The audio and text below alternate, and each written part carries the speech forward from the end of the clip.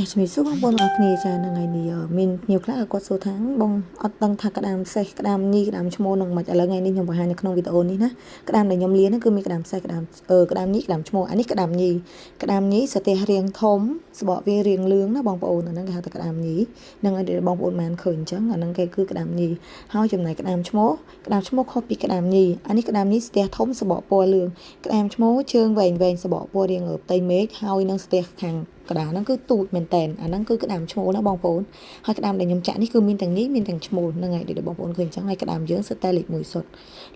សេរីក្តាមលេខស្រោដប់ណានេះក្តាមស្រោដប់អាហ្នឹងលេខ1ស្រោដប់ហ្មងកំងទៅគឺអត់មានខកចិត្តទេអានេះក្តាមនេះឡើងពងហ្មងព្រោះសារវាមាននៅ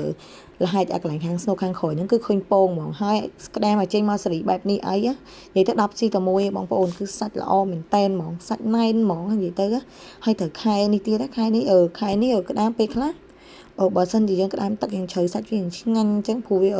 ហើយបើសិនជាបានក្តាមមួយថ្ងៃចូលទៀតណាដូចក្តាមគេវាយយកមកពីសមុទ្រមួយថ្ងៃចូលអីទៀតបងប្អូនអើយនិយាយថាពីសាច់ឡើងផ្អែមហ្មងអានេះការចំហុយរបស់ខ្ញុំណាពួកខ្ញុំដាក់ស្លឹកក្រូចពួកខ្ញុំដាក់គុំដេងពួកខ្ញុំដាក់ស្លឹកមើលmấy cái បងប្អូនលក្ខីកុលលក្ខីបងប្អូនដាក់កុលលក្ខីបន្តិចទៅដើម្បីកុំឲ្យវានេះបងប្អូនកុំឲ្យវាឆ្អាបវាអាចកាត់ក្លិនឆ្អាបបានអាហ្នឹងគឺកាត់ក្លិនឆ្អាបបានល្អមែនតែនគ្រាន់យើងបើកកមុកឆ្នាំងនឹងមកភ្លាមគឺចំហាយក្លិនហ្នឹងគឺឈ្ងុយមែនតែនហ្មងបងប្អូនហ្នឹងហើយការចំហុយគឺបែបហ្នឹងគឺស្រួលងាយមែនតែនបងប្អូនធ្វើនៅផ្ទះខ្លួនឯងក៏បានដែរគ្រាន់តែកំងឲ្យបានស្រស់ឲ្យបានរស់ទៅពួកខ្ញុំរៀបចំផ្លាស្ទិកដាក់កែអីមកស្អាតឲ្យគឺបងប្អូនដាក់ខ្លួនឯងគឺនិយាយទៅគឺឲ្យបងប្អូនចេះធ្វើថ្ងៃក្រោយបងប្អូនអត់ពិបាកធ្វើហ្មងហើយទុកក្នុងទូទឹកកករាប់ថ្ងៃរាប់ខែអត់ខូចទេហើយកុំភ្លេចម្សៅស៊ុបបងប្អូនម្សៅស៊ុបនេះកុំដាក់ច្រើនពេកប្រយ័ត្នប្រៃនេះគ្រាន់តែដាក់ឡមទេហើយយើងគ្របឆ្នាំងទុកទៅបើសិនជាក្តាមនឹងរាងធំយើងទុកប្រហែលជា20នាទីអីទៅបើសិនជាក្តាមនឹងវាអត់សូវធំវារាងតូចដែរបងប្អូន15នាទីអីបានហើយគឺសាច់ក្តាមនៅល្អហ្មងនេះដូចដែលបងប្អូនឃើញអញ្ចឹងណាហ្នឹងហើយអាហ្នឹងគឺយើងចាក់ឲ្យភ្លាមយើងមិនមែនចាក់ភ្លាមយើងដាក់ភ្លាមហ្មងបងប្អូននេះដោយសារភ្ញៀវគាត់បញ្ញាប់ទេតែក៏នៅតែរក្សាជើងក្តាមបានល្អដែរអត់មានឈូសជើងឈូសដៃណាចាជាក់ស្ដែងបើសិនជាបងប្អូនអត់បញ្ញាប់ទេបងប្អូនគ្រាន់តែថាចាក់ឲ្យទុកវាបន្តិចប្រហែលជា10នាទីអីទៅត្រាំទឹកកកក៏បានដែរកុំឲ្យវាឈូសដៃឈូសជើងហើយកុំភ្លេច